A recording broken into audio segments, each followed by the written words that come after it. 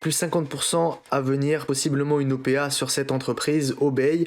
On est sur une ESN très connue. Est-ce qu'elle va suivre le même parcours que S2I? On va voir ça tout de suite. Donc Obey, là, si vous regardez le graphique, c'est quand même assez moche, hein. Vous avez vu qu'il y a une belle baisse depuis 2022. On est ici, on est redescendu à 29 et puis ensuite on a pris bien, allez, un 10, peut-être même un 15%. Regardez, si on regarde ici, voilà, on a pris...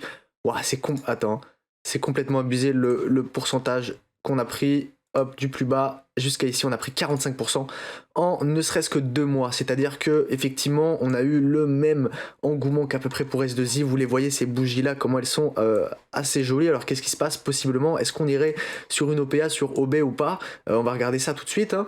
Je suis tombé voilà, là-dessus sur le forum Morning de mecs qui parlaient de OB et S2I, donc deux ESN. Donc c'est Michael qui nous dit bonjour tout le monde. Ce n'est pas du tout dans ma partie et j'ai beaucoup de mal à différencier ces deux entreprises que je ne trouve pas top. Que je trouve top, pardon. Je ne comprends pas vraiment le secteur d'activité, le cœur du métier, et j'en appelle donc aux sachants de la communauté pour comprendre mieux ces deux boîtes. Et voilà, donc là ensuite on a quelqu'un qui nous dit qu'il a travaillé 11 ans dans une ESN, et nous dit que le business model, donc on est dans des entreprises de services numériques, c'est de trouver des clients qui ont besoin de projets informatiques et de vendre des ressources humaines de compétences à un certain tarif. Voilà, tarif journalier moyen, bref, donc le prix par jour, en prenant un minimum de 20% de marge et en payant le collaborateur le moins possible, en sachant qu'une fois placé, il va faire le boulot et reste de nombreux mois, si ce n'est de plusieurs années. C'est donc tout bénéf pour le commercial en ESN qui gère en moyen une quinzaine de comptes et se rémunère en pourcentage sur ses ressources, un peu comme un macro. Donc en performance, on dit que ESN qui performe bien, ça va être par exemple Capgemini. Donc j'ai pu faire une vidéo sur Capgemini, c'est-à-dire qu'on va être dans une entreprise de conseil. En fait. Voilà, donc on va avoir des marges assez bonnes, seulement des dépenses d'exploitation et pratiquement pas de coûts de marchandises. Parce qu'on va surtout avoir seulement de la dépréciation. Là ensuite on voit toutes les ESN subissent la concurrence. On a des freelances qui demandent plus d'argent et réduisent les marges. Des freelances qui passent par des sociétés de portage avec seulement 7 et ensuite des freelances qui passent en direct avec 0% de marge. Enfin avec 0% de marge par rapport pour l'entreprise. Et ensuite, le mec nous donne ses projections et nous dit qu'à son avis, les ESN vont mourir dans les 20 à 30 prochaines années, le temps que toutes les entreprises se réveillent et passent en freelance, c'est-à-dire qu'en soi, la plupart des personnes qui travaillent dans ce genre d'entreprise et qui sont rémunérées à la tâche ou qui vont être rémunérées en termes de salaire fixe, vont beaucoup plus se lancer en freelance pour être rémunérées en soi, comme on a pu avoir pour les métiers de l'informatique avec des freelances qui vont faire des sites internet, etc., qui vont être rémunérés beaucoup plus qu'ils étaient dans une boîte. Donc là, le mec, il nous dit, les ESN monopolisent sans partage les richesses ainsi générées par l'intellect du collaborateur. Ça, c'est intéressant, c'est-à-dire que ensuite, ça reste en termes de propriété intellectuelle possiblement dans l'entreprise, et il nous dit qu'en tant que collaborateur, trouver une ESN avec une culture saine et relève du parcours du combattant.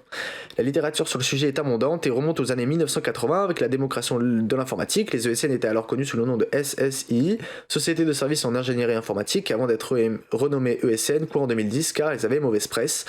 Un peu comme l'UMP qui se renomme LR après le scandale de Big Manu en 2012. Alors, donc là maintenant on va aller regarder un petit peu Obey et comprendre pourquoi est-ce que c'est une entreprise intéressante.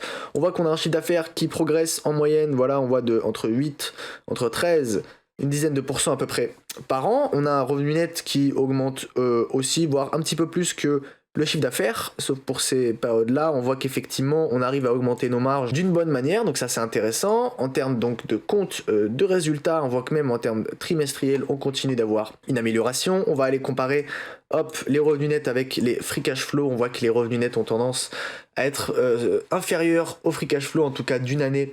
D'un semestre sur l'autre. Alors on va les mettre en annuel, on voit qu'effectivement le free cash flow a tendance à être beaucoup plus important. Pourquoi? Parce qu'on a un besoin de fonds de roulement qui va être positif, en tout cas sur les dernières années. Là on l'a pu le voir en 2020 et 2021. Normalement sur ce genre d'entreprise ça devrait être assez le cas, hein. On n'a pas de variation des inventaires, on n'a pas de variation de charges à payer, on a surtout des comptes débiteurs et créditeurs. Donc on a des variations en fonds de roulement qui devraient être beaucoup moins imprévisibles que ce qu'on pourrait avoir sur des entreprises basiques. Ensuite on a des coûts des marchandises qui sont quand même assez importantes, hein, et des dépenses d'exploitation qui représentent vraiment rien du tout. C'est-à-dire que c'est vraiment les coûts des marchandises qui vont nous pénaliser sur cette entreprise et on va récupérer un tout petit profit, c'est-à-dire là notre profit brut représente à peu près 10% du revenu total et ensuite en termes de dépenses d'exploitation on est sur à peu près un 2% de notre profit brut, c'est-à-dire que c'est vraiment, autant dire que c'est rien du tout. C'est-à-dire que quand on regarde notre marge brute et notre marge opérationnelle, on va voir effectivement qu'on a à peu près le même chiffre. C'est-à-dire qu'on va passer de 10% en termes de marge brute, et ensuite en termes de marge nette, on va passer à 7, 6, 7, 7, 6, etc. Donc c'est à peu près changeant, ça bouge pas trop. En termes annuels, on va voir est-ce qu'il y a une augmentation ou pas. Voilà, en termes de marge opérationnelle, on voit qu'il y a une légère stagnation ou diminution. En tout cas, on voit que nos marges brutes évoluent, c'est-à-dire que finalement, eh ben, ce qu'on vend, ça a l'air d'être un peu plus intéressant et qu'au final, on n'a pas des coûts des marchandises qui vont augmenter énormément. En termes de marge EBITDA, ça augmente, ça c'est intéressant, donc on est à peu près sur 2% d'augmentation sur 5 ans. Ça c'est bien, avec une croissance de 10%, si nos marges continuent d'augmenter, bah, techniquement la croissance est encore plus soutenue et au final on le voit, nos revenus nets augmentent plus rapidement que notre revenu total. C'est tout à leur honneur et c'est tout à fait intéressant. On va regarder la politique d'allocation du capital, ce genre de boîte. Alors est-ce qu'on a du cash à dépenser ou pas? Alors on a des dépenses d'immobilisation extrêmement peu faibles, hein, c'est-à-dire que la dépréciation est plus importante. Voilà, donc on comprend pourquoi est-ce que les dépenses d'exploitation sont plus faibles, étant donné qu'au final on a une dépréciation plus importante que notre investissement, c'est-à-dire qu'on arrive à s'en sortir. Soit on se dit que potentiellement, comme la thèse de la personne qui parlait juste avant sur Morning nous disait que dans 20-30 ans ça n'existera plus, possiblement qu'on fait moins de dépenses d'immobilisation. Là d'ailleurs vous le voyez, ça a l'air de glisser et d'être de moins en moins important. Est-ce que c'est parce qu'on arrive à être plus efficient ou pas? À vous de le savoir. Ensuite, on voit qu'on fait des petits achats d'entreprises ponctuellement. On va aller regarder un petit peu le bilan, voir si est-ce qu'on a de la liquidité ou pas. Effectivement, on voit qu'on a beaucoup de liquidité. Ça, c'est intéressant. On voit qu'on a à peu près 15% de la capitalisation liquidité. En termes d'avoir, on a à peu près sur la moitié de la capitalisation. Donc, on a une dette nette négative. Donc, on a l'air de voir une entreprise assez bien gérée. Maintenant, est-ce qu'on a un retour aux actionnaires? Effectivement, on a un total de dividendes qui augmente de manière extrêmement forte. Là, en 2021-2022, on a eu un x2 en fait en termes de dividendes. Là, vous le voyez ici. On est quand même sur un ratio de paiement qui est à peu près à la moitié. Alors pourquoi?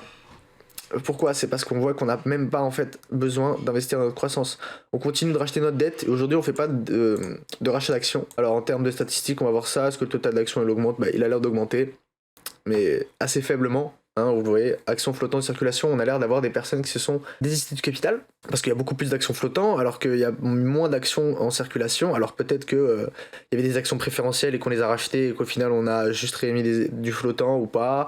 Est-ce qu'il y a des personnes qui sont sorties du capital, c'est-à-dire des institutionnels ou quoi?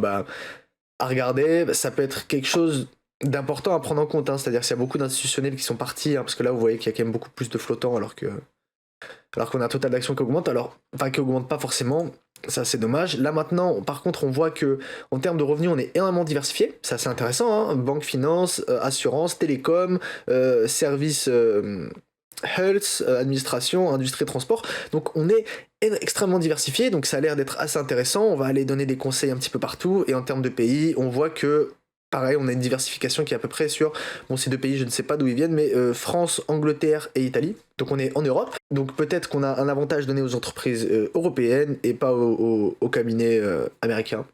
Ça pourrait être intéressant aussi.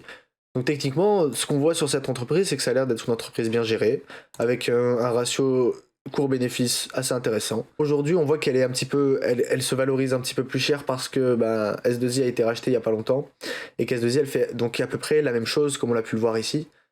Donc aujourd'hui, est-ce que Obey pourrait être intéressante ou pas? Est-ce qu'elle va être retirée de la cote ou est-ce que c'est elle qui va aller faire du rachat pour retirer de la cote certains concurrents? On voit qu'elle a de la liquidité.